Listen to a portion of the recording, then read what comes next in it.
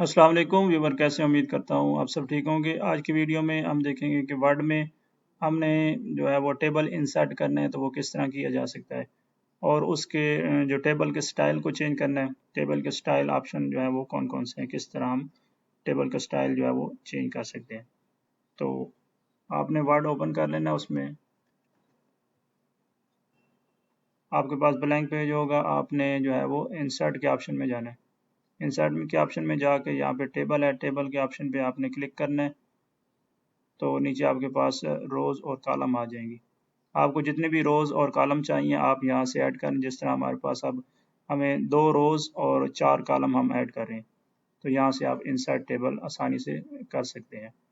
अगर इसका स्टाइल जो है वो आपने टेबल का स्टाइल कोई रखना है, यहाँ से टेबल स्टाइल पे आ जाएंगे।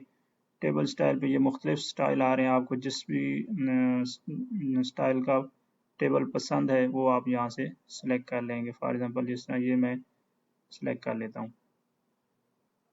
इसकी मैं रो थोड़ी सी बढ़ा लेता हूँ ताकि आपको थोड़ी सी समझ आ जाए।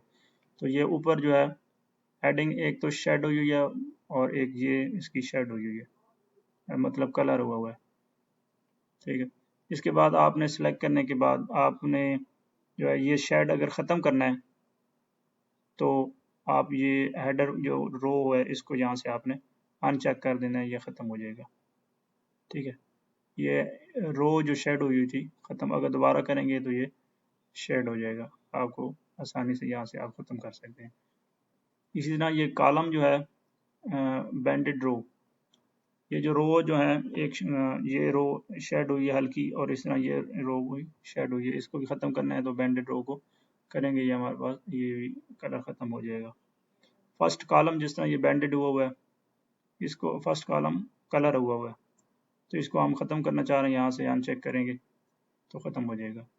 अगर हम चाह रहे हैं लास्ट कॉलम इसका जो है वो शेड हो जाए, तो हम यहाँ से इसको लास्ट कॉलम को शो कर सकते हैं। अगर हम चाह रहे हैं कि टोटल रो, जो लास्ट वाली रो होती है टोटल रो, जिस तरह अगर कोई फार्मूला लगाते हैं तो लास्ट पे सम का होता है या एवरेज का, जो उसी तरह अगर टोटल रो इसको कहते हैं लास्ट वाली को, वो हमें शेड करना चाह रहे थे टोटल रो।